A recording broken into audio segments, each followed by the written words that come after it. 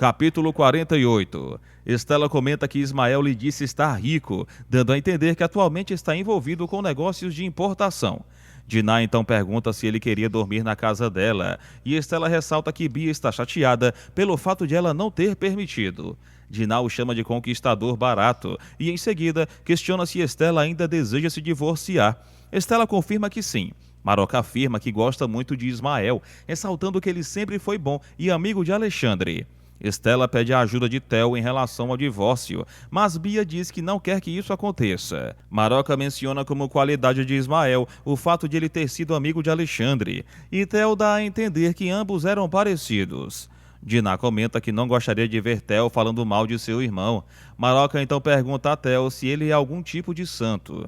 Em seguida, Estela afirma que não foi até lá para que todos ficassem discutindo, mas sim por causa de Ismael, que apareceu em sua casa. Tato chega em casa extremamente bêbado. Glória tenta ajudá-lo, mas Otávio o vê e o leva para o andar de cima. Otávio coloca Tato debaixo do chuveiro e afirma saber que agora não pode mais confiar nele.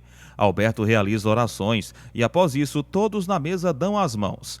Ele pede que Alexandre compreenda que a amargura e o sofrimento fazem parte de seu tratamento espiritual.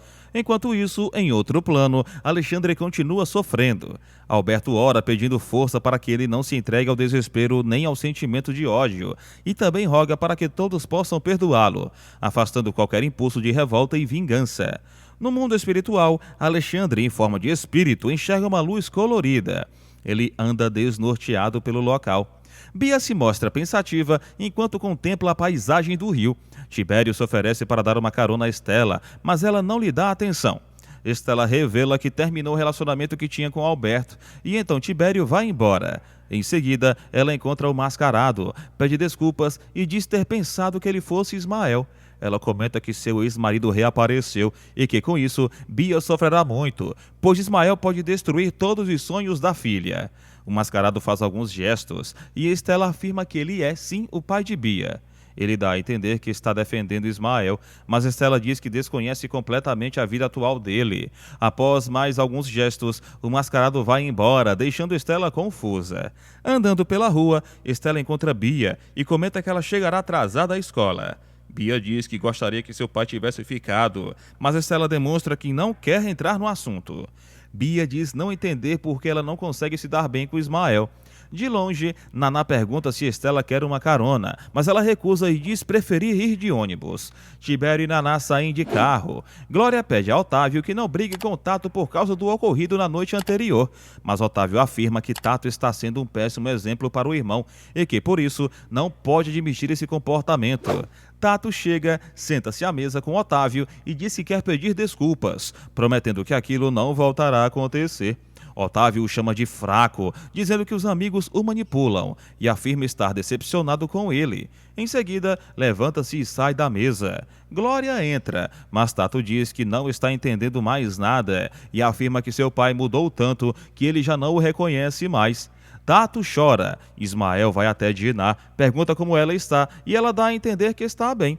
Ele então pergunta sobre Maroca, e Diná diz que ela está muito bem. Ismael conta que soube por Bia que Diná tem uma filha. Ela comenta que, após tantos anos de desaparecimento, chegou a pensar que ele havia morrido. Ismael afirma que, apesar da distância, nunca se esqueceu da família e que ainda se lembra de tudo nos mínimos detalhes. Por fim, ele comenta sobre como Estela e Diná sempre foram muito ligadas uma à outra. Diná alega que, se Ismael está querendo insinuar que ela está do lado de Estela, ele acertou, e acrescenta que é muito menos tolerante que a irmã. Em seguida, chama Ismael de vigarista e exige que ele saia da locadora imediatamente. Ismael afirma que está ali apenas como amigo e diz que nem mesmo Estela o tratou daquela maneira. Diná comenta que, se estivesse no lugar da irmã, ele nem sequer teria colocado os pés dentro da casa. Ela ressalta que é inadmissível um homem desaparecer por quase 10 anos sem saber o paradeiro da própria filha e ainda querer impor autoridade. Mas antes que ela conclua que ele não tem esse direito, ele a interrompe, alegando que os direitos são iguais e que, portanto, tem poder sobre Bia. Diná menciona o horror que ele causou na vida de Estela e reforça novamente que deseja que ele saia da locadora. Ismael, por sua vez, pede que ela tome cuidado com a forma como está falando com ele. Enquanto isso, Theo se encontra pensativo na empresa, refletindo sobre Lisa e se recordando dos momentos que passou com ela. Mauro se aproxima e acaba assustando o Theo, que reage dizendo que a brincadeira não teve graça nenhuma. Mauro também se lembra de momentos com Lisa e revela que, naquele dia, pretende comprar alguns DVDs novos, comentando que mentiu para a garota, dizendo que coleciona até em porta-filmes, tudo com o objetivo de impressioná-la. Theo o chama de sujo e pergunta como ele é capaz de agir assim.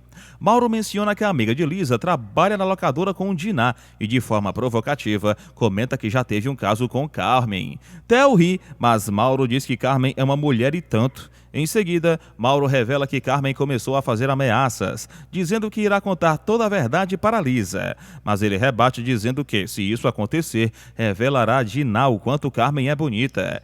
Theo responde que isso provavelmente não surtirá muito efeito com o Diná. Eles comentam sobre uma viagem, e Mauro diz acreditar que Theo acabará indo sozinho, o que os leva a fazer uma aposta sobre isso. Em outro momento, Diná conversa com Carmen e diz que Estela se casou apaixonada, mas acabou caindo como um pato.